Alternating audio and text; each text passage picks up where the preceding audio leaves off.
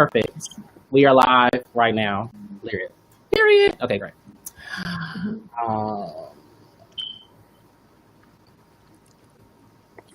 Yay. Okay, great.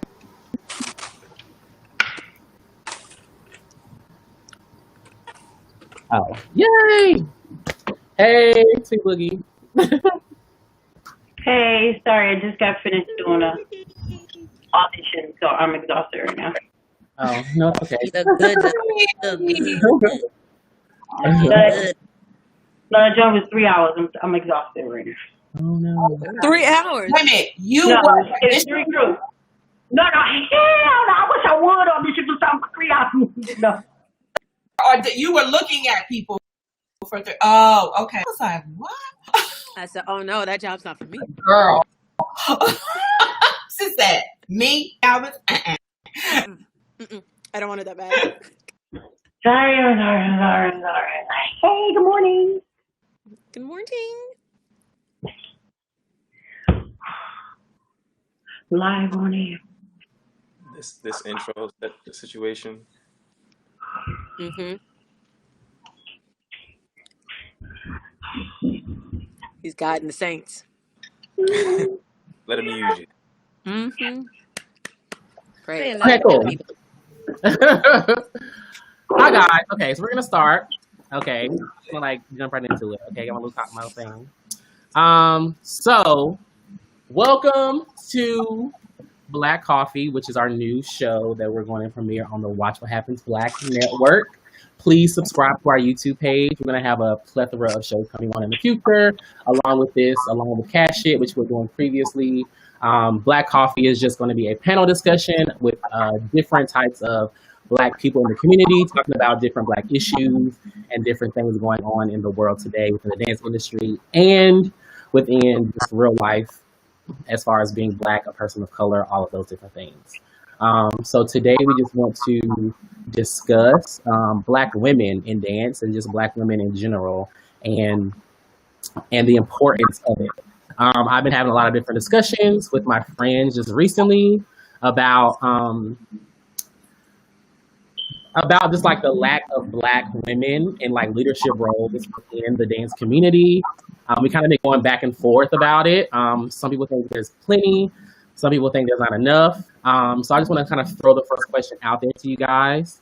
Do you think there is a lack of Black female representation within the dance industry, whether that be through dance jobs or teaching at conventions or teaching in studios? Do you think there's a lack of representation? If you do think there is, then why is that? Anybody can go first. Jump in. I mean, I'll start. Period. Make sure also too, if you're not talking, just try to mute yourself. Yes. Thank you. Yeah, I mean, for me, I think that there's definitely a lack in all areas, and I really like the topics that you sent to us as far as like the subcategories of dancer, choreographer, teacher, creative director. I do think that it's gotten better, and I like to say better in big quotation marks.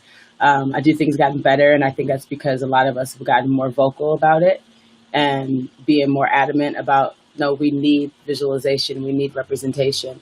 But I mean, for me, the reason why I say I think that it's still a lack is because when I think about it like percentage-wise, and I think about it statistic-wise, it's still not equal, and it needs to be at least equal. And especially the fact that it's not like there's, there's not that like a huge significant like a lower amount of Black women in the industry or Black girls in the industry compared to everybody else. So there's no reason why we shouldn't have more of a percentage of representation.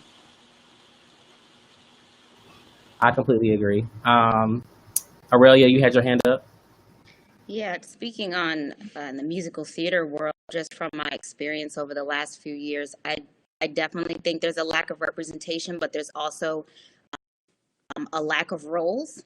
So even though there's less of us there's also less opportunity within these shows. And I think with Hamilton and a few other shows, it's become better. And even them embracing like the female natural hair, that's like a whole other thing that when I first was doing musical theater 7 years ago, like natural hair was not the one. Like you needed to have a little bump or a straight, but now it's being embraced. But I think a lot of it is either a lot of Black girls are getting tired of going to the auditions over and over, only to either not get seen or to be overlooked or to not have a role, or a lot of people, especially that are in the commercial dance world, just don't know about how to get into theater, and there's not someone, I guess, necessarily showing them the transition, because a lot of us learned how to sing, you know, in the kitchen with your mama. So a lot of us have the skill, we just don't know it, and we don't recognize the amount of opportunities that could be available if we just had someone in that direction.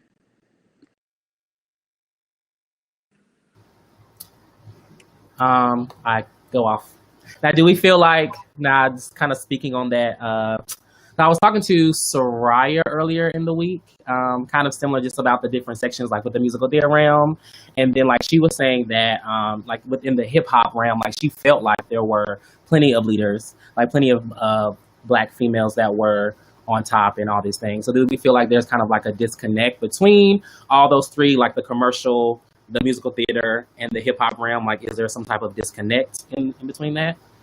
Martha?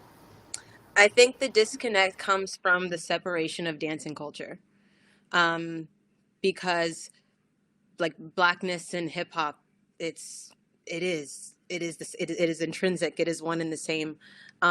Whereas musical theater was a space created without us in mind.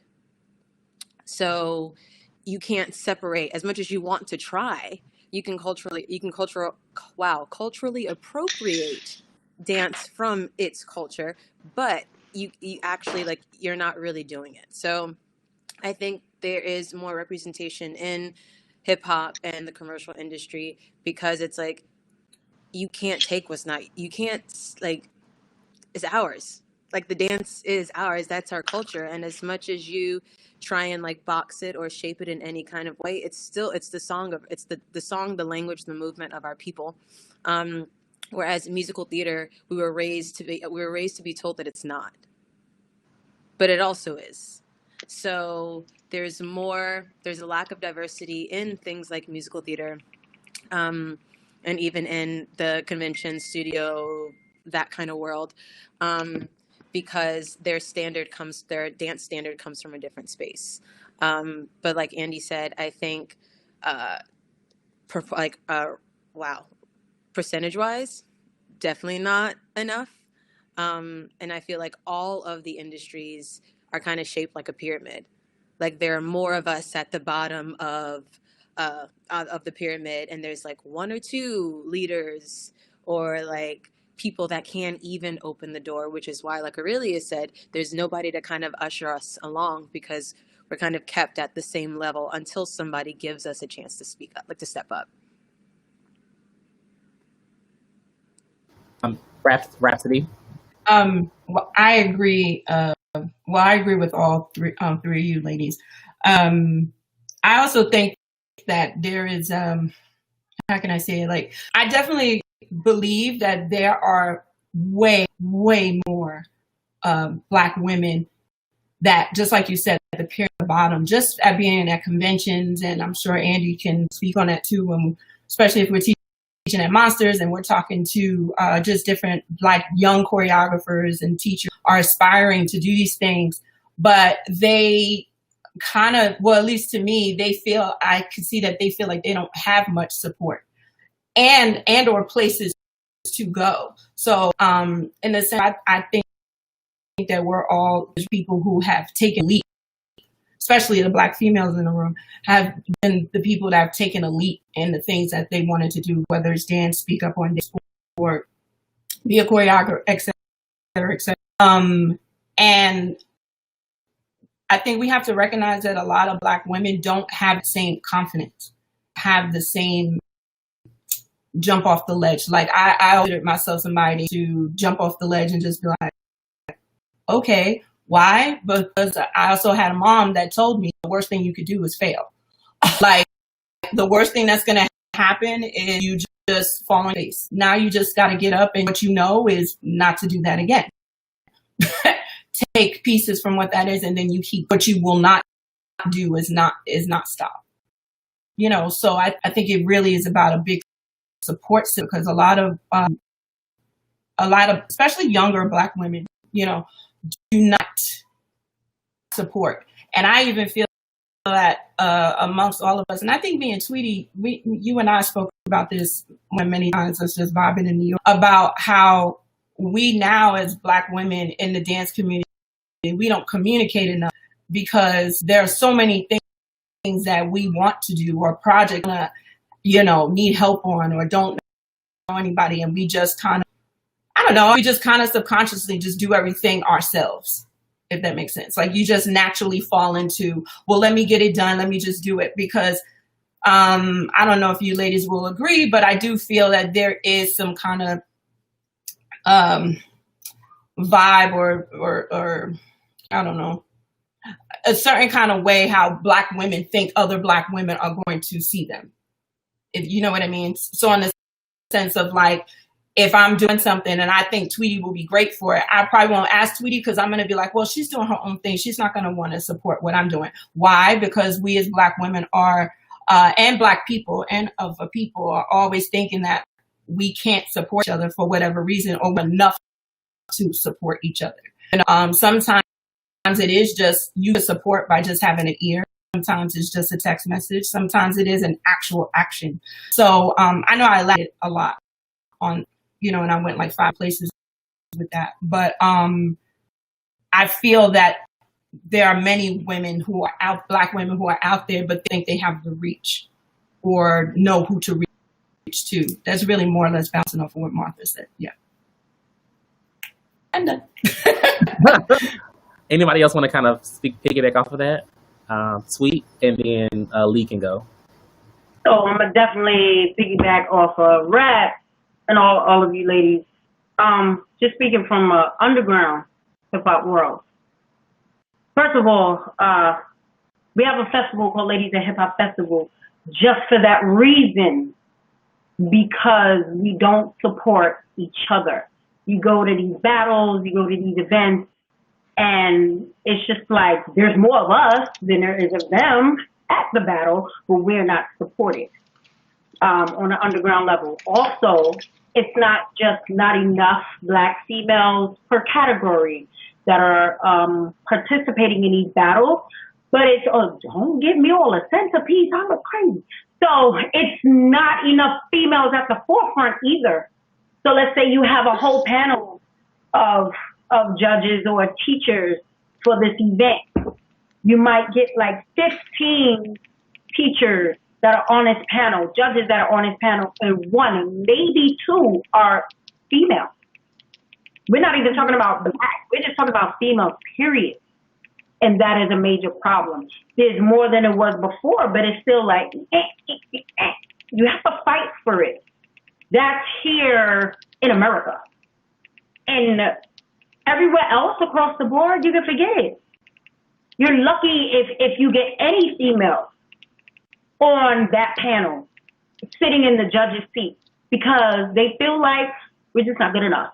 So not only do I have to fight, and it is a fight, a verbal fight, a physical fight, to get there in that seat to be like, no, this is where I belong, because I have the knowledge and skill, and I'm not going to wait for you to give me confirmation or bring me in your crew or confirm me in, It's not only just a Black and I'm American. Once I travel, it's I'm a female and I belong here. So it's just so many levels of having to get in those seats and stay in those seats, because they have you one for one good time, and then the next one is just like, well, where's the female representation? And then you look at these categories, and then it's just like, we doing dance hall, and I ain't seen no color on the floor. What is going on? There should be color in every category. I don't understand why there's no color. Whether you're light skinned, whether you're mixed black, I just don't see any color. And so that's also an issue. And again, I feel like, not even just I feel like, it is a fact that we are always looking for confirmation from males in the underground world to be like, well, I want to be as good as them, instead of saying I want to be as good as her, because we don't feel supported or we don't feel like we're good enough.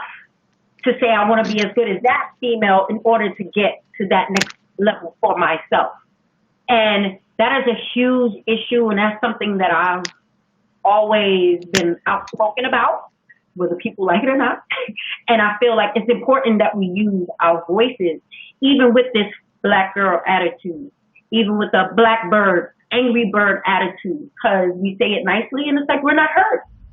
I done said it 1,500 times nicely. Until you have some sort of attitude behind it, then it's like, oh, she's angry.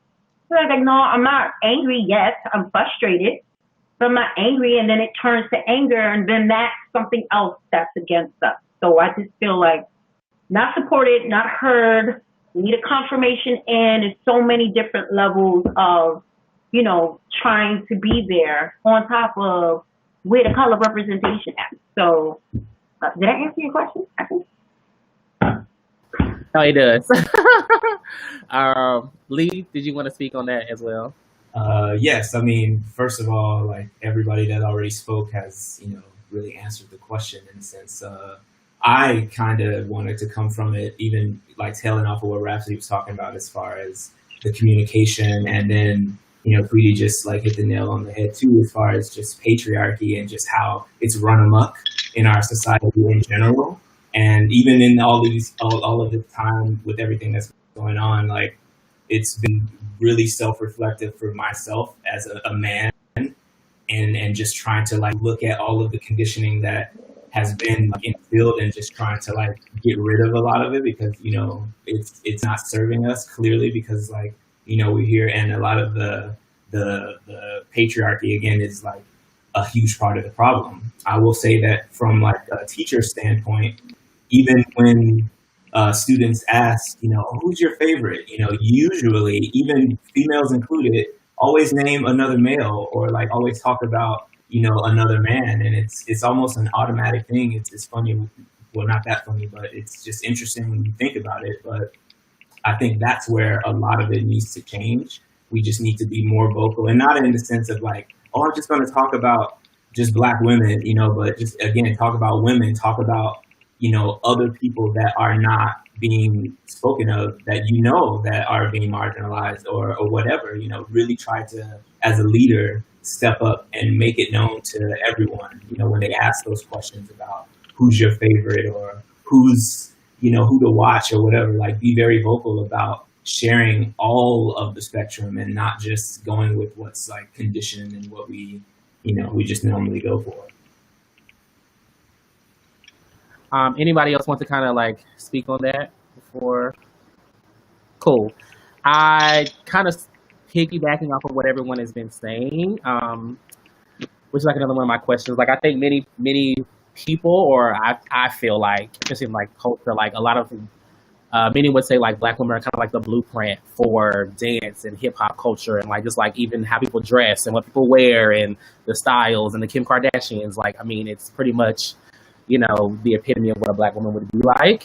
And so I feel like because of that, do you feel like people are kind of like limited to portraying only the female stereotype when it comes to these dance jobs or these different types of commercials or whatever have you? Like, do you feel like we're kind of like pigeonholed into this one thing where Black women are?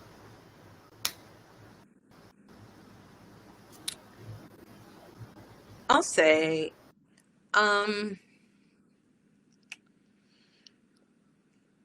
yes and no. I think no, yes. It, for me, it feels like there's room for the Black perception and not who we actually are. So until we have Black leaders in leadership who recognize and understand us as a people, there will always only be room for whoever's version or ideas of Blackness rather than Blackness for what it is. So I think that's also why representation is important, because when you have, I think, I'm everywhere, trying to stay focused. I think one thing that a lot of people are learning in this this current season is that we are not a monolith. We are not just like one united people with the same ideas and the same backgrounds and the same beliefs and the same experiences. And so by only showcasing one form of Blackness, you're still marginalizing the rest of the Black population. So there needs to be more than one Black woman. There needs to be more than one Black man, because there was one who was raised in the hood and there was one who wasn't. Both of their experiences are valid. There was one who had like a buttload of money and decided to stay in the hood because that's where they are and they wanted to help their hood. And there are those who had a buttload of money and wanted to go out and then come back. Both of their experiences are valid. And that like weaves and expands the breadth and the richness of Black culture. And so to pigeonhole us to the version of Blackness that you're least intimidated by, or the one that you think you can still kind of like have a reign on, I think is just as much a disservice, and it feels more like a fetish than an understanding. Yes, fetish. Okay, that's a whole different discussion. The fetishizing of Black bodies. Okay. Anybody else want to say kind of piggyback off of that? Yes, Resi. Oh, actually, Aurelia was for. I think Aurelia raised her hand. No, you go ahead. You go ahead, Rap.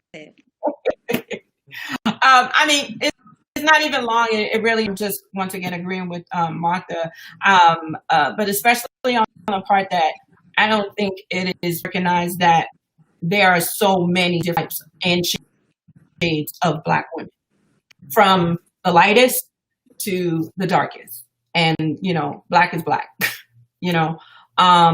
And that, but when you start going into actual skin tone and skin color to identify if you are Black or not, that is the part that's crazy. So in other words, why is it the fact that if somebody comes in and they are Black and they're light-skinned Black, that, it's cast, they're like, not Black enough. And it's like, what does that mean? I kind of have problems with that. Just on the sense of women being stereotyped as, I don't know. I don't want to go too deep. I'm gonna let you lead because I feel like I'm about to go like 500 different places. I guess it's an example. I guess if I think like, we can only have the Black girl dancers for Cardi B or City Girls, or for the BET Awards, it's gonna be Black dancers. But when it comes like Taylor Swift or J-Lo or a commercial for hair care products, like then it becomes like a specific kind of thing, or a Broadway kind of show. You know what I mean? So I think that's kind of where it's like, okay, then we can like, do we feel like we only can hire a lot of Black girls when it's in that particular area, right, and not in another particular area? Well, I mean, it's always about the token. Always. And I think the token is pretty whack. It's like, why can't you have 2 Black girls, 3 or 4?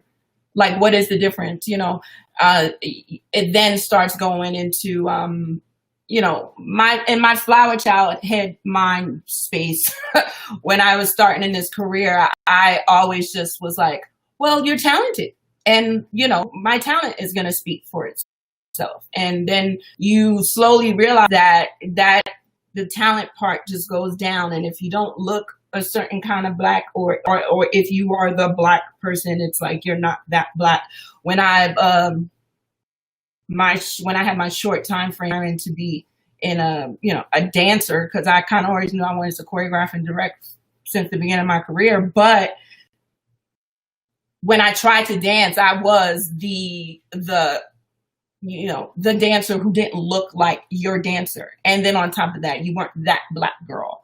And it's like, you can't be, we already got enough Black girls. We need the light-skinned Black girl, or we need the dark. It's like, why does it have to be colorism within the Black? It's like, just we're Black. I don't know. We'll keep going. There's more than good. Hit it, Aurelia. Sorry. Oh yeah, sorry. Aurelia, Rob, Andy.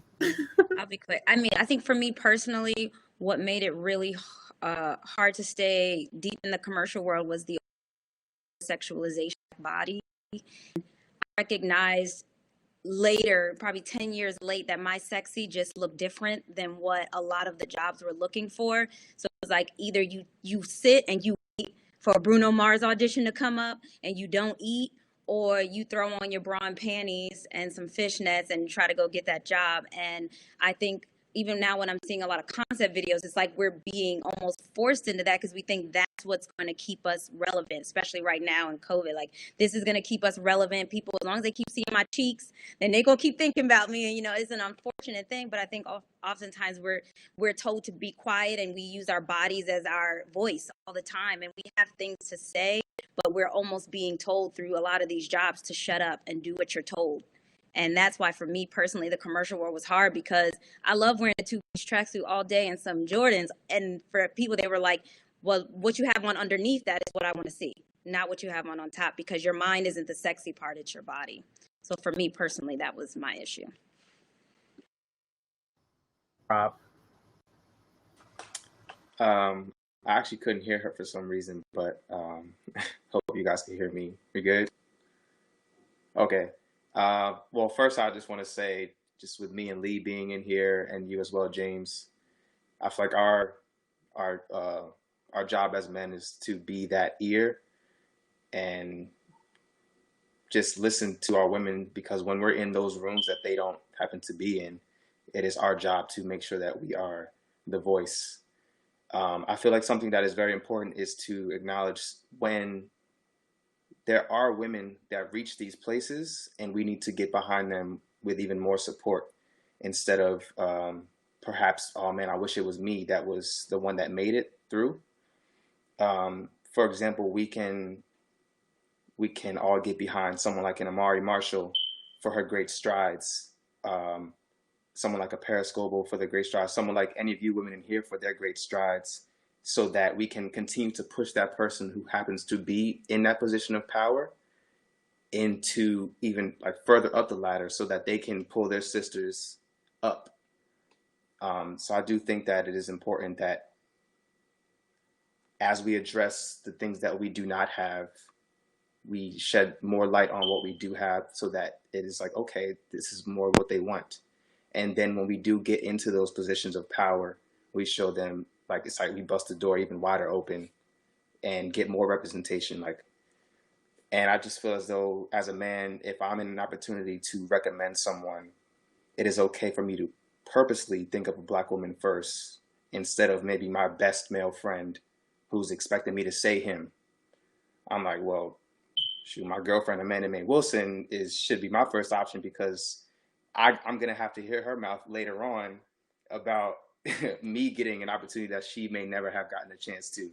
So I think that I've learned a lot from her and other Black women, and have realized there is a huge sense of patriarchy in the industry that I've fallen victim to, even as a Black man. So I'm like, okay, well, when it is my turn to step up to the table, like, am I going to know what to say to represent my Black queens even more better, you know?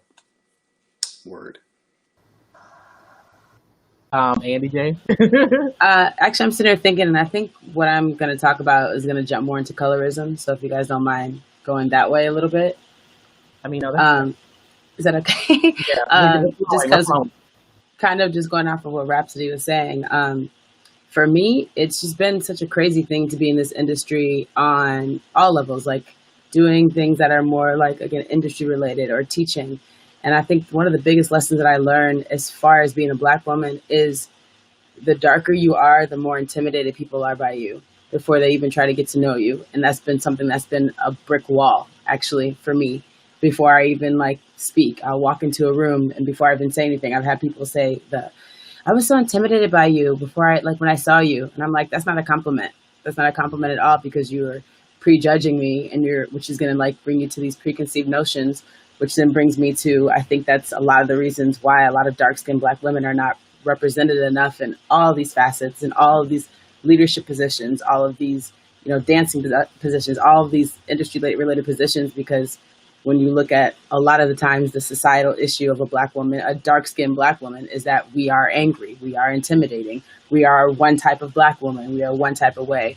And it's frustrating, because in turn, then that makes us not able to like it's hard to get to the next level. It's hard to enter these doors when before I've even like opened my mouth, before I've even walked in, before I've even auditioned, you already have this notion about me. And so how, it's like, how am I supposed to fight against that? Like you've already prejudged me before I even had a chance to say anything. So, I mean, I've been in situations where I literally will be at a conversation with a group of people and I'm the only Black woman, and they'll speak and I will say my piece and literally say the same thing and have it like, okay, Andy, don't get mad. And I'm like, no, I'm not mad. I'm just, I'm just explaining my position, and a lot of the times it's either the majority of the conversation is with people who are not Black and the majority are men. And I think both of those things count against a dark-skinned Black woman because it's, again, we're seen as like not strong. We're seen as like intimidating or angry. And it's so hard to then be your authentic self sometimes because you almost feel like you have to like, to dial it back a little bit, or you feel like you can't like explain exactly the way you want to say, or, you feel like you can't be your full self in certain situations. I mean, me personally, like I'm not doing that and I've fought against that, but I mean, when I was younger, for sure. So yeah, I think that plays another part in why we're not represented in as many fashions as we should be. Yes, Rhapsody.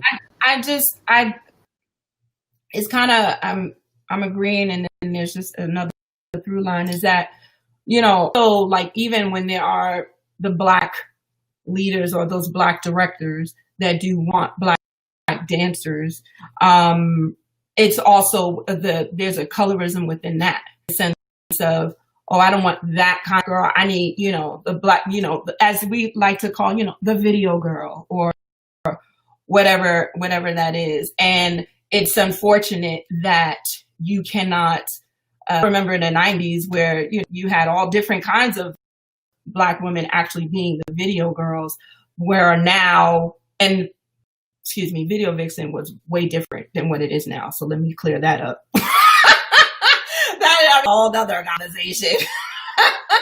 But it's, but I will say this, at least in the 90s, then you did see different types of Black women. I feel like now there is a certain look, and it's, it's the, the light-skinned Black girl, or, the caramel girl. Once you're dark skinned, so I have seen it to be like as if they think that you are a doesn't make sense. Like it's just like, oh, we have a dark skinned Black girl. She's really dark. We're being so edgy now. We have a dark skinned Black girl. And it's like, I don't really understand.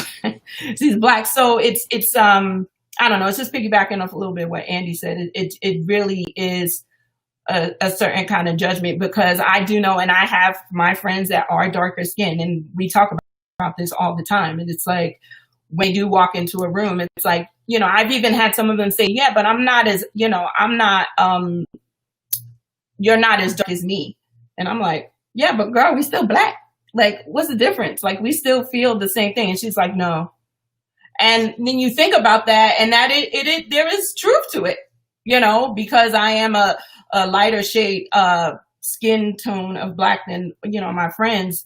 Sometimes when we're in the same room, that will play a part, which sucks. But there's other things that play parts too, that doesn't even happen. And then it just kind of gradually goes down to definitely not Black, period. Yeah, I was gonna say, yeah. Somebody in the comments just said a novelty, and I was gonna say the same thing. It's like Blackness is a novelty. You're like, they have to get the Black African-looking girl with a bald head, and that's like, oh, we've done it. You know what I mean? So yeah, sorry, Aurelia. No, I was gonna say I definitely also see that in the theater world, because they often want to hire someone my skin tone or lighter because we can cover multiple tracks instead of just having darker women in the show, or just forgetting about, like, it doesn't, in Donna Summer we had 3 women and they were 3 different shades. Like, so I think sometimes what I also see in theater is like, well, from a distance, we had a Black girl, a mixed girl in a dance called White Boys, but I was, from a distance, I still looked not white enough. So it was like really interesting to see how even theater can see it as like, well, if we hire her, she can only play that role. And I'm sure that's significantly affecting how many roles someone can get because they're darker skinned. Because, well, if we hire them as a swing, they can't play this person and that person. And part of that is also coming from, even though they're telling stories about us, it's not coming from any of us. They'll take a little, what did you say? Let me write that down. But the people that are making the final decisions don't look like us by any means. Okay, Which is a problem. Martha. And I'm going to be so quick.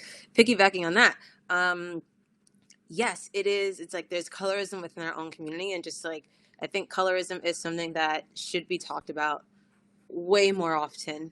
And I was a part of a show that required 3 actors to be, without spilling tea, there was like baby, teen, adult version of the same person.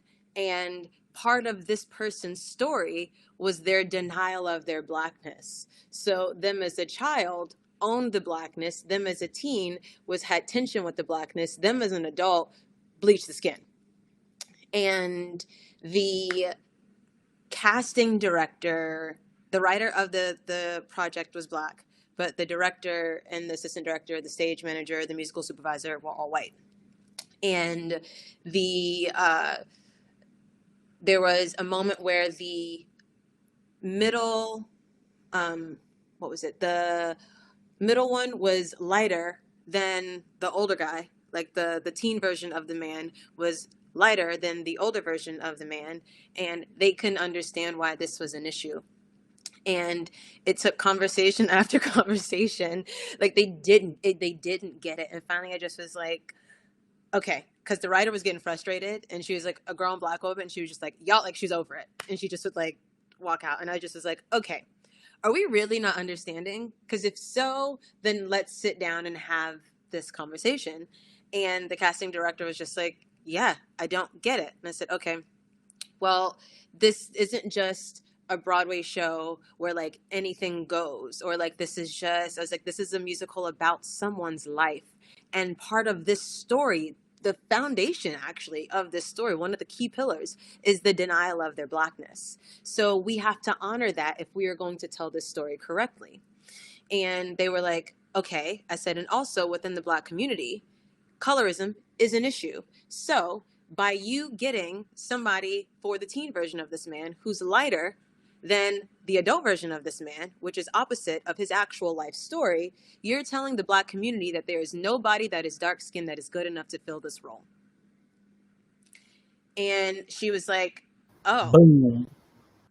like she's like, oh, okay. And she goes, well, am I taking this role away from a light-skinned man just because he's light?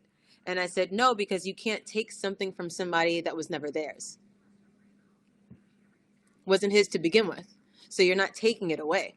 I was like, but you are like diminishing I was like, for lack of a better word, you're whitewashing the story according to what you want and what you feel like doing, rather than honoring the truth of what this story is. And it wasn't until we sat and had that conversation, she was like, oh, okay. So I was like, it's going to take you going outside of your circle, because if not, you are literally telling the entire Black community that lighter is right and dark is wrong. And then she was just like, oh, okay. Then they expanded and they started having auditions in other cities and looking for stuff. But it was like they really didn't understand it. And I can't say that nobody had sat down and like spoken to them about it. But I just was like, I can't move forward until we all find common ground on this issue. And I'm not going to be mad at you for the time you were asleep. I'm just going to hold you accountable now that you're awake. And so they were like, okay, but colorism is an issue. And I think if we speak about it more, well, we have to have the chance to speak about it. But I feel like if we start to stand in our power and be like, no, this is what it is, it's something that can like slowly infiltrate all the areas that we would like to be in. Anybody else have something to say before I like kind of interject? That was amazing. I was gonna kind of piggyback off of what you said, and I think what Rob said. Like, hypothetically, do we think like I call them the gatekeepers, but like the Black gatekeepers, whether they're male or female, are also like partially to blame for there not being such a diverse group of Black people in the industry. And you can open it up to movies or media as dance as well. As far as like the Black casting directors or maybe like the people who are in charge or whoever, not really like kind of upholding like kind of like what you were saying, like really just kind of being true to whatever story they're trying to tell or whatever narrative they're trying to play out, and casting the appropriate person or color of Black person for that. You know what I mean? Does that make sense? Hopefully that makes sense. Okay. Aurelia. Well, there are only 2 Black casting directors in CSA in New York, and one of them is my homegirl. So the first issue is that there's not enough of us. Literally, she's been a diverse panel you could think of since we've been in quarantine. So I think that's the first issue, is that there's not enough of us. But then there's also not enough of us sitting next to the people that don't look like us. If you're an assistant choreographer who's then next to the casting director, but we have to get closer and closer and closer so that we can, by the time we get our input, we're already in the room. And now you've already had people sign contracts. So I've seen there's enough of us to keep the gate open for the amount that are trying to close it in. Period. Okay. Anybody else want to speak on that real quick? Cool. Moving on. Just to kind of bring it back to dance, I'll circle it back. How do we feel about like people of non-color coming to audition specifically or casting specifically for African American women? Like, I know that was a big issue, like kind of a while ago for the BET Awards, I think. How do we feel about it? If we have anything to say about it. I mean, that's a no for me. That's a big no for me. Just when and this is kind of goes, not to get all deep, but this goes kind of hand in hand for me along with like the All Lives Matter chanters. We are trying to create spaces and trying to bring awareness to something specific that is detrimental to our livelihood. So, of course, I'm not comparing police brutality to auditioning for a dance role, but the mentality is the same. When we're creating this space for all female or all black dancers, it's because there's not enough of those. There's not nearly enough, and especially how long this industry has been going on. So when we create a space that says this is specifically for Black dancers, and then we have people of color, and specifically to Black women and non-Black women of color. Sorry, non-Black women. Excuse me. When you have them getting upset, you're not understanding the importance of why. Why did we create that space? Number one, why? And number two, maybe that's what is needed. Whatever energy is needed for that project, whatever's surrounding the, as an artist or whatever, if that's specifically what the look is, boom. But again, the deeper level of that is we need those spaces. We need places where we have to create these spaces where it's for Black people because we don't have enough representation. So I mean, when that whole situation came up and you had people who are non-Black people getting upset about it, I was just so confused because I'm like, that's very selfish, in my opinion. It's very selfish of you to get upset for the fact that we actually have to do this for ourselves, or this space has to be made because there's not enough spaces like that. So I completely, it's a big no for me again. We need it and it's there for a reason. So. Rob. Sorry, go ahead. Oh, sorry. No. I'll raise my hand. I gotta follow rules. Sorry. Yeah. Okay, I'm sorry. Yeah, I was just gonna say there's no reason why anyone should feel offended with us trying to gain some of our power back. It's like they stripped us of what we knew as our Black Wall Street, so we're kind of trying to create our little versions of that.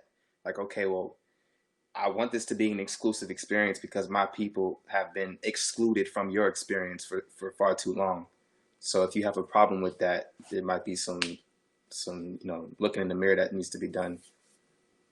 Yeah. Rhapsody. Well, I mean, I don't even know if this is a comment. This is just something that just popped in my head. It's just if we're specifically casting a role that is meant for African American female or male or however, why, if you are not that, why are you showing up anyway? Does it make sense? It's like you shouldn't even show up. I'm going to show up for a person role or even a Spanish. I'm not I'm not Puerto Rican. I'm not Latin. Even though sometimes I will say this. Let's be very clear, because there are Puerto Ricans and Dominicans that are darker than me. Okay, like my man's father is like darker than my complexion. Does that make sense? And he's straight up Puerto Rican. So it's not a I'm not trying to that route, because that it kind of just gets a little bit different. But it's just in my mind, like, why would, if you are not of that color or of that ethnicity, why would you even try to go? Like, if you look into casting and you're seeing, Caucasian women, Caucasian women 42, et cetera, et cetera, et cetera. I'm like, well, I'm not Caucasian. Okay. Does it make sense? I don't know if it's because of the simple fact that we are Black and you can't front Black, like, you need more color in order to be Black. So if your skin is darker, then you feel like you could in more roles. I don't know. I'll be talking a whole bunch of stuff that will turn into a whole 500 conversations, but it really is. It's just one of those. Why would you even look at that? The same way that you would turn somebody away for a casting and say that you are not, anything. We for 6 feet. You are shorter than, I don't know, you're 5'5". This role is for 6 feet. You would turn them away, or you would typecast. It's not what it is. I don't even understand why those people are even allowed in the room. Do you understand what I'm saying? Yeah. Yeah. Just to throw this out there really quick. I don't even want to speak, but my friend did like a little Instagram poll about that on her story or whatever, and she had some like people about white girls to respond and kind of say like, I still went because you never know what they really want. Like sometimes they'll say this and then they'll still think whatever. I mean this is what their response to her story. So, like they'll still go, or, sometimes, they always still want whatever. So they just want to go, or you never know what can happen. Or their agent didn't tell them it was an all African-American casting. So they just went anyway. Just to put it out there. This Martha, might, you getting to the point where we just got to jump in, just raise hand. It's like, I don't know. It's like, I think there's I'm reading this book called Post-Traumatic Slave Syndrome. Y'all, it's amazing. And that's what we're currently sitting in. Yes. Yes. It is absolutely amazing.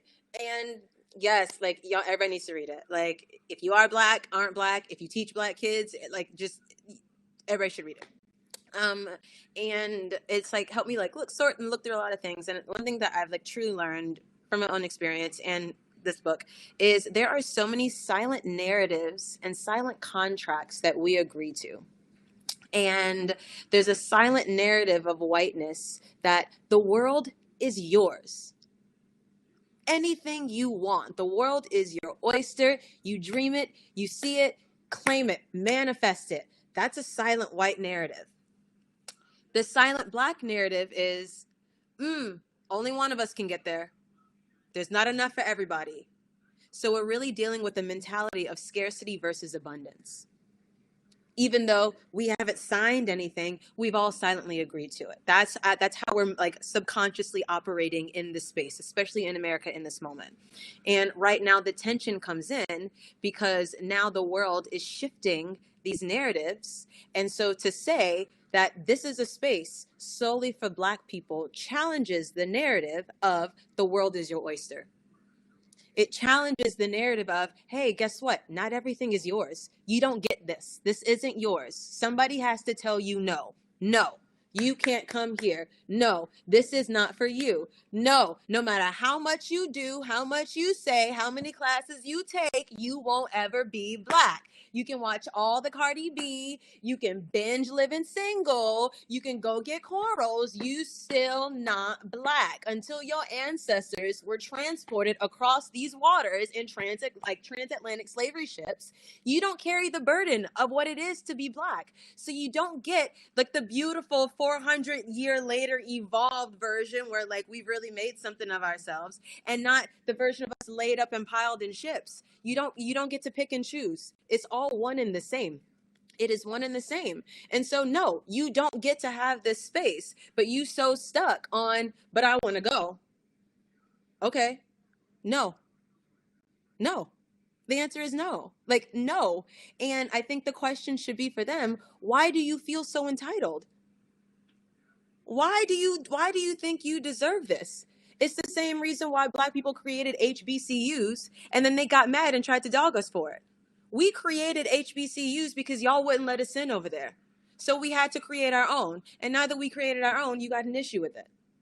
It's the same thing now. Y'all wouldn't let us in. So we're trying to create spaces that uplift our people. The issue is us uplifting ourselves doesn't mean we're diminishing you. So that's an individual self-worth problem. If you think that me saying I'm beautiful equates you're not, that has nothing to do with me. Period. It has nothing to do with me. And then they call us racist, and we say we're racist, and it's anti-white.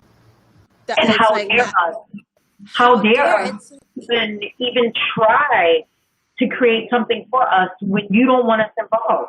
It's like we're supposed to just sit here like boo-boo the fool until you give us permission. I don't need your permission. I don't need your permission. We don't need your permission. Mm-mm. We don't. And that is still the slave master's mentality. Yes.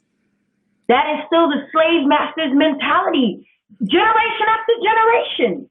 Mm-hmm. It's okay for them to look at us like, how dare you? Oh, what you mean? I'm building this for me over here. I cannot have this. I'm building my own 40 acres and a mule that you did not want to give up. Like, what happened to that? And it is a problem. And it comes back to, they don't know, then they still don't understand where that privilege comes in. I'm over here. And I can't even be over here. Yeah. So where you want me to be? Where you want me to go? You brought me here. You brought us here. We are here. Where you want us to go? You don't want us in Harlem. Y'all came to Harlem. You don't want us in the Bronx. Y'all coming to the Bronx. Who you want us to know? We went down to Brooklyn. Y'all got there too. Y'all want to be in Brooklyn. Don't go too far in Brooklyn, but y'all Just pushing. stand on the street and just beat. That's it. Just stand on the street and just beat. That was right. Get hit by the car and the bus and everything in it. Like, where do you want us to go? What do you want us to do? And then you hit us with Corona. They don't know. It's a special kind of They got a plan. illness that's happening right now that we're That's seeing. why there's no vaccine. I'm sorry, I'm going somewhere. That's why there's no vaccine. Oh. It's meant to take people down. Because it's like, well, what are we going to do with them? Well, let's just take them off. Let's just take them out. They don't want us to multiply. Let's tell it. They don't want us to multiply. Depopulation is a thing. Okay, because you know what? You know how we're getting back? Because we're like integrated. We're mixing. We're mixing. The black man is now having babies with a white woman. That baby black. 2045, the white race will be a minority. 2045 people. Talk about it. Let's talk about it. And it's not 2045. Let's talk about it. That's not And so they don't like that. And I'm sorry. I'm gonna go there because people don't like to go there, so I'll take shots for it. So then, I know back in the day, I don't know how far back in the day, I got to do some research, I got to read some books. We had to breastfeed your baby. And so now it's just like we're able to have all these multiple children. Because let's just say, black women can have multiple children in their eyes, and they're not able to have these children. I don't know if anybody is, getting a study, and I'm hearing it left and right. And so they're taking us out because we can have more babies than they can after a certain while, but then you don't want to give us the service in these hospitals that we need in order to have healthy children. It's so much of that's against us And it's just like, and how dare you even stand up for yourself? How dare you put that S on your chest? How dare you be strong? How dare you still have that song in your heart? Because you can't take that away. Y'all don't understand it. Listen, y'all want to wear it. You can wear it, but you ain't gonna never be. This don't come off. I don't gotta wear this. Okay, really quick. Okay. Let's take it back. Let's take it back. Let's take it back. No, you're fine. No, I just want to let Lee talk for a sec. Yes, go Lee. I'm going to let Lee speak for a second, and then you can go Rhapsody. Just for that. Oh, I mean, no, I was just saying that like it's a mental illness situation right now, and I think that it's so funny. Like we think about like mental illness, and you think about like people that can't function and that are like in a place of where they need help, where it's actually the people that are on the outside that are Looney Tunes, and we're seeing it all unfold right now. Because again, just like what Martha was saying, with the dissonance that is happening with the fact that you cannot just come in, that's not happening anymore. Like that submissive behavior, like it's not a thing anymore. And them having to deal with that, even the people that aren't racist, it's so interesting. Like it's something you just have to be like, I know that, but there's still a lot of conditioning that is in there that Talk about it, Lee. Fix. Like we all have to fix it. Like it's just a thing with the colorism thing, like, and all of the competition that has come through with the community. Like it is a thing, and we all have to wring it out and like start to wash that out. We need to get it out, like, and read and really, really learn about what happened before all of the history that we were taught, because clearly it was indoctrination to keep us in this cycle that we're in right now. But it's falling, and they don't know what to do anymore because there's nothing that they can do. And there's nothing that they've been able to do. Like, and that's the crazy part. It's like we are resilience in like blood and bone. Like, so it's nothing that you can really do. It's just now watch and see. But yeah, that's all I have to say. Rhapsody. Yeah. You kind of just started exactly where I was gonna go. I just believe it's a problem in the sense of what Tweety was saying. Why is it a problem if I stand here and S on my chest and I'm proud of who I am and being Black? It's because we were never meant to be strong. We were never meant to have our own minds. We were meant to just come here, do the work, be slaves. Think about it. When they brought us over from, Africa, they brought us here with enough of us being slaves for the rest of our lives. There was never any even thought, because they were like, we condition them, they're just going to be dumb, and they'll just be dumb, and we're just going to make them feel lesser than, and then they'll stay down, and then that's just how it is. And then throughout, obviously, hundreds of years, it's like they are just, it's kind of like the plan didn't work. What's going on? Like we have to keep them. We have to figure out ways to make them not have any knowledge. Because the thing is like as long as like the white race or white people just feel like we as Black people are dumb or doubting or not building with each other in businesses like that, that's good, because they want us to, not for nothing, on each other and still look at each other and be like, oh no, I'm gonna go do this over here, I'm gonna make more money than you, instead of coming together. Because let me tell you something, when white people hate you, they will Heather, Karen will hate Jill, but and we'll still get an office next to each other and still make millions of dollars. They don't like you either, girl, but let's get this money. Black women, let's be honest, and I'm a victim of it too. So I'm not sitting up here saying anything that I have not been a victim of it myself, of why she always got an attitude. Why is she looking at me like that? Why is it this? Why is it that? Why is it that? And then but that comes from a certain kind of conditioning and a certain kind of environment, and just to and kind of put it back into dance, James, because I know we can go so left, but bringing it back into dance, that is, it happens now in dance. I can even say, with me casting, or even just me being a choreographer. I've been a victim of it. But the problem is that the thing is that you have to catch yourself. So when I caught myself, I had to check myself and be like, don't do that. What are you doing? On a sense of like, oh, you know, like, oh, these black girls is in here. It's just like, why ain't these black girls? What's these black girls? You a black girl. Like I told, you know, it's the thing. And it's not, I'm not saying it's not my fault in the sense of, because it's perceived to be okay, if that makes sense. You know what I mean? It's perceived for us to be okay, especially black girls in dance. It's like almost like see a whole bunch of black girls at an audition. You're like, oh, this must be for, you know, for Drake or somebody or a hood person. You know, I don't know, just some trap music artist. Well, this is for a ghetto hip hop video, and you'd be like, why can't it be for a fabulous film? You know, or commercial or anything like that. It's just, but it's all about understanding that we just at least need to be aware that we have all passed through or still kind of on till this day. And I think now in these times, we need to be able to talk to each other and just check when it happens. Does that make sense? And I mean more of a self-check, especially if you're aware that you do that.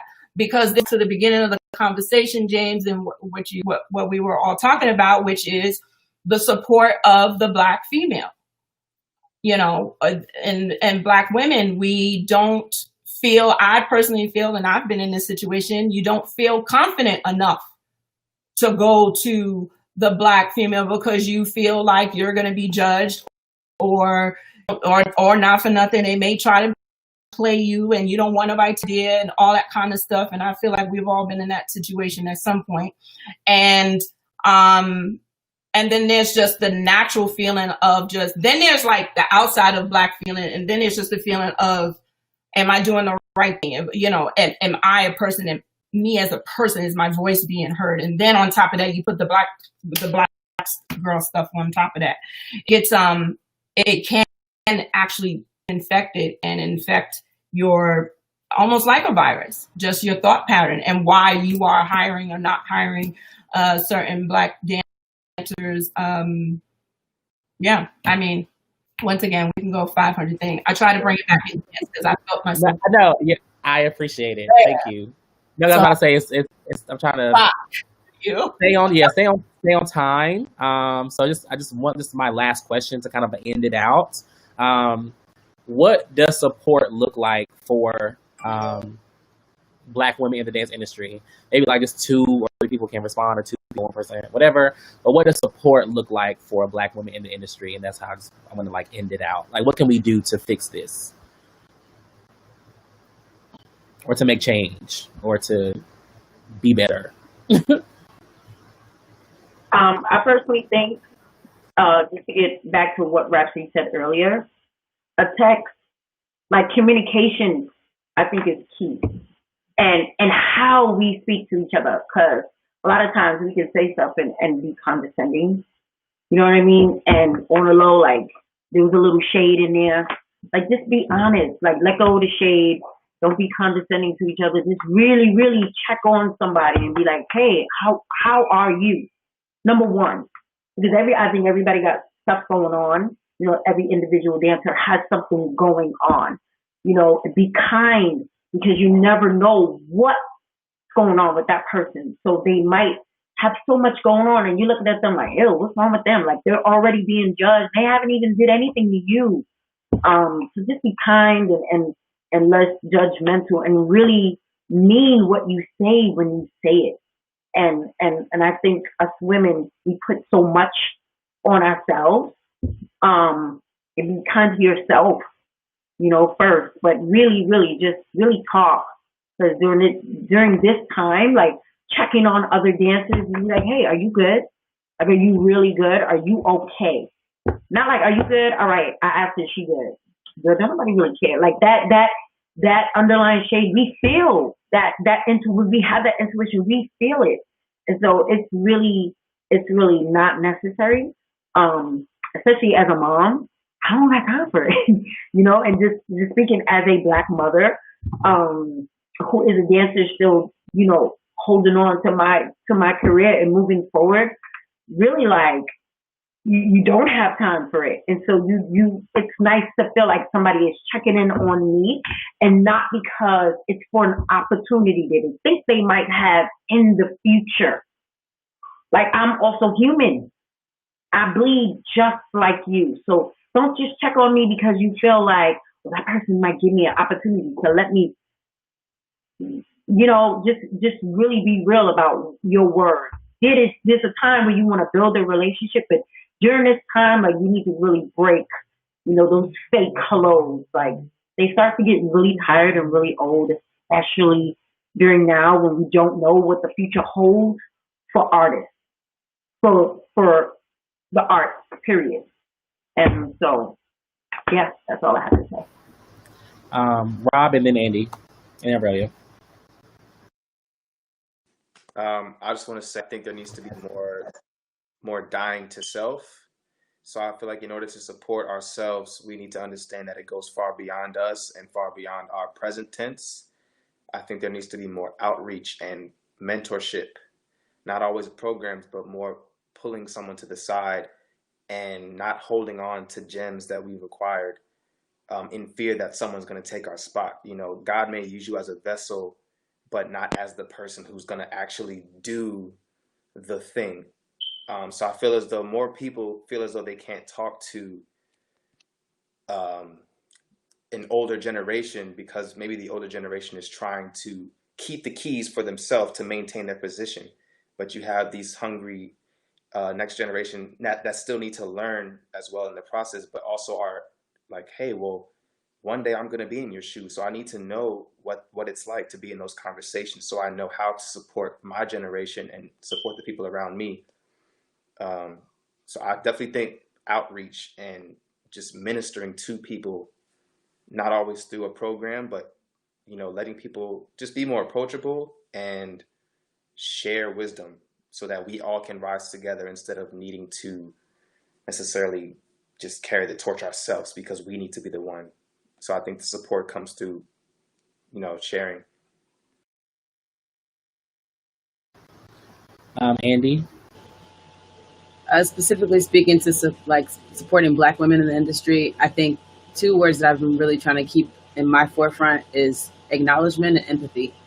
And one, acknowledging that our experience as Black women is completely different than anybody else, especially related to the industry. And with that acknowledgement comes respect, comes understanding. There's a lot of things that come under that. And then just empathizing with the fact that we have a big battle that we've been fighting. We've been fighting this battle for years and years and years.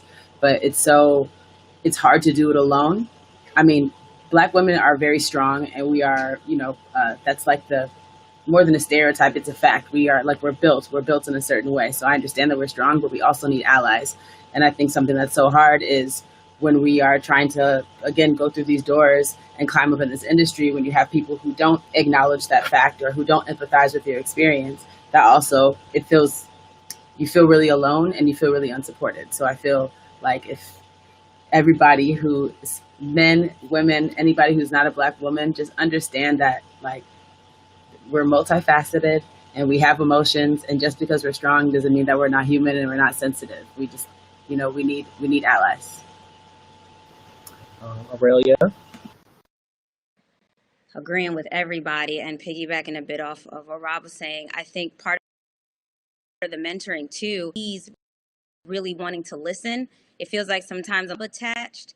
Some don't want to hear you. Like, I could say, hey, I'm going to offer a free workshop tomorrow, how to break musical theater, 6 people, but a teacher who may have an opportunity that has nothing to do with it will put that up and everybody's tuned in, even if they have to pay for it. So I think the mentoring is important, but the mentees also need to lean in, because we can't rely on Rhapsody and Tweety. We can't rely on them to keep giving out keys. It's like, we have to now be the next voice, so that it's not it always sounds like this OGs and then everybody else. And if we're all trying to get up the mountain and we're asking our friends, we're all holding hands. How are we going to get up. We got to have in the middle that's pulling between the two, but you have to be open. So I'm getting all loud and passionate and stuff. Rhapsody gave this to me and Tweety gave this to me. You know, you have to want it and you have to find new ways. If you're all going to the same person, you're going to keep getting the same information. You're picking up the same key that keeps getting dropped off. It's not working for everyone. It doesn't open the same door for everyone. So start tapping into people that aren't on your trending feed, that aren't on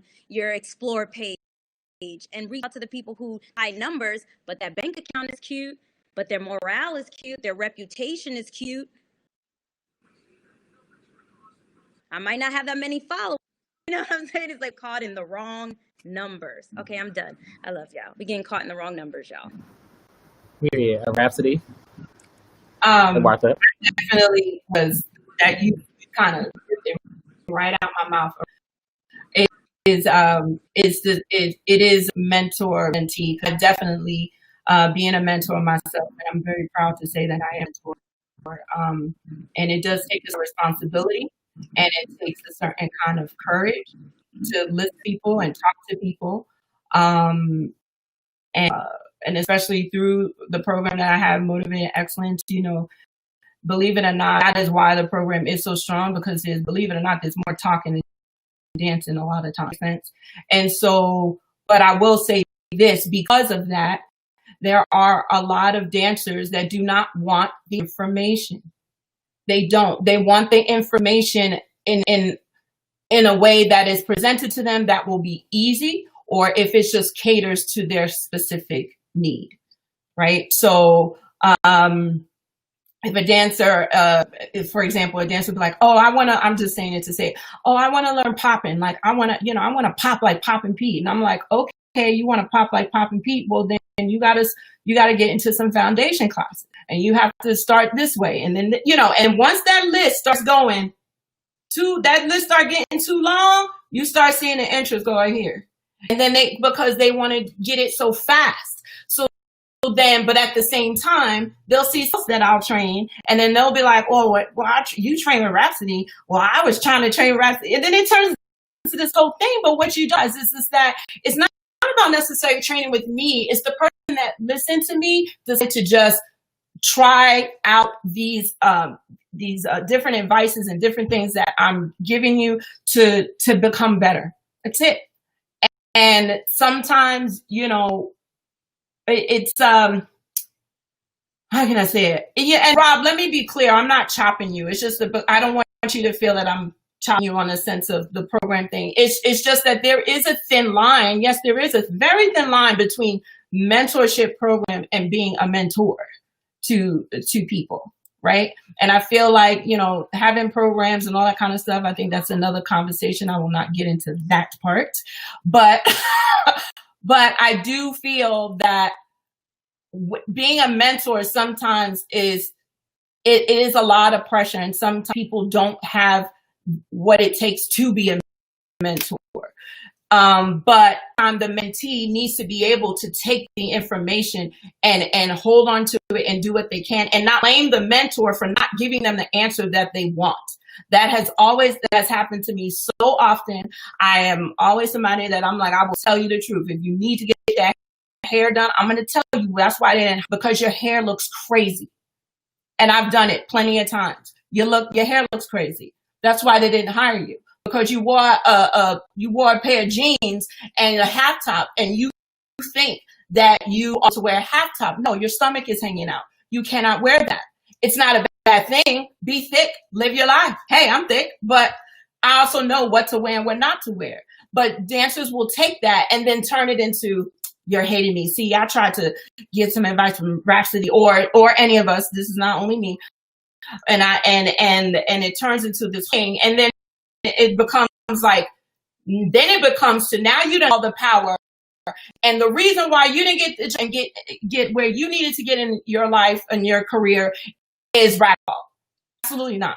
I tell everybody every day, do not give me that power. Don't give anybody that power. And don't ever give anybody that much power over you to define who you are. Sometimes you're just never going to work with, and I'm sure Tweety, all of us can agree. Sometimes you have choreographers and directors and people that you want to work with. all the time, and you will never work with them. I have people in my life that I still want to work with. I will never work with them. But I'm not going to sit here and have tried to talk to them, and they've given me just like, goodbye. And I'm just like, well, it is what it is, but I can't hold it to them and be like, well, the reason why I'm not doing this or the reason why I came out is because of, it's like a support system, and we do need to support it. And I do feel, being a mentor myself is, it is something that I wish I could talk to everybody, but also being a mentor also take time away from self. So as James, and speaking from myself, is that sometimes I can't give. It's just like Aurelia said, like you can't give it. You give, and then for you're upset because you didn't get the same answer. You have to understand and take a little bit of information and take that with you and do whatever you can. Or understand that maybe I can't give, but there are other people. You still have to just be open to receive. And when you can be open to receive, then you can be great. And I think that is how the support system, especially with Black women, will kind of balance out. Because especially Black women, we get this thing, we always get a toot, and it's always like, well, why she say it to me like that?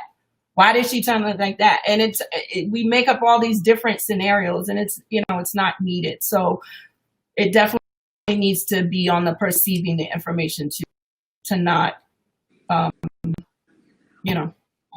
is a mentor or wanting that information and getting the truth and don't want to hear it. That was a very long. Sorry. Can I just say this? Rob, I have to go. Baby mama, I gotta go. I just want to say thank you to everybody. This is a wonderful conversation. Yes. This is a great conversation. Thank you for having me as a guest. But Mama Duties is calling, and I have to get my kids in the bed and dinner past his bedtime. Okay. Thank you everybody for listening. And we need to do this more often. And yes, bye, sweetie. Thank you. Come on, I love it. Thank you. Thank you. Mm-hmm. Oh, I'll be quick, James. Like, yeah, I say 2 minutes. Yeah, I'm be so quick. I think to focus it in, I think for me, support of Black women in the dance industry comes down to 3 words: identity, vision, and inconvenience. We have to understand that our identity isn't dependent upon somebody's understanding of who we are. So we have to do the work to understand who we are as individuals on both sides, as Black women and as other people. If you're not a person of color, you have to understand that your identity should not be based upon how relevant, how much we are seen. It's like your identity is your identity, and you can actually be strong in who you are and still uplift Black women. It is possible to be in both spaces. I think everyone needs vision to see outside of ourselves, to understand what the goal is. How are we moving forward? And I think inconvenience comes in because we want to grow according to our realities. We want to grow according to where we are. We think growth is comfortable. And so I think the sidebars and the mentorship programs, I think it's all great. I think everybody has a different flavor. Everybody has a different spice, a different palate.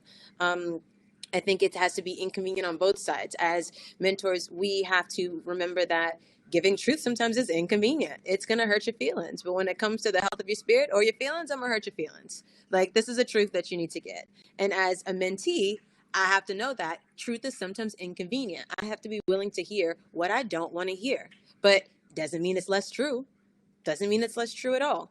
And the inconvenience, like outside of that relationship, is also like if we know and have people that we are close to, whether it's in an audition or a class, and we see them operating at a standard, I call it, of less than, taking the inconvenient step and saying something to them.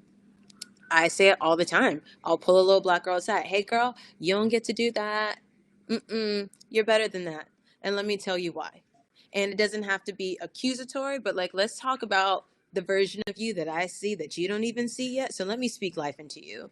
Is this moment inconvenient? Probably, because I got something else to do. Yes. But the vision is bigger than my convenience.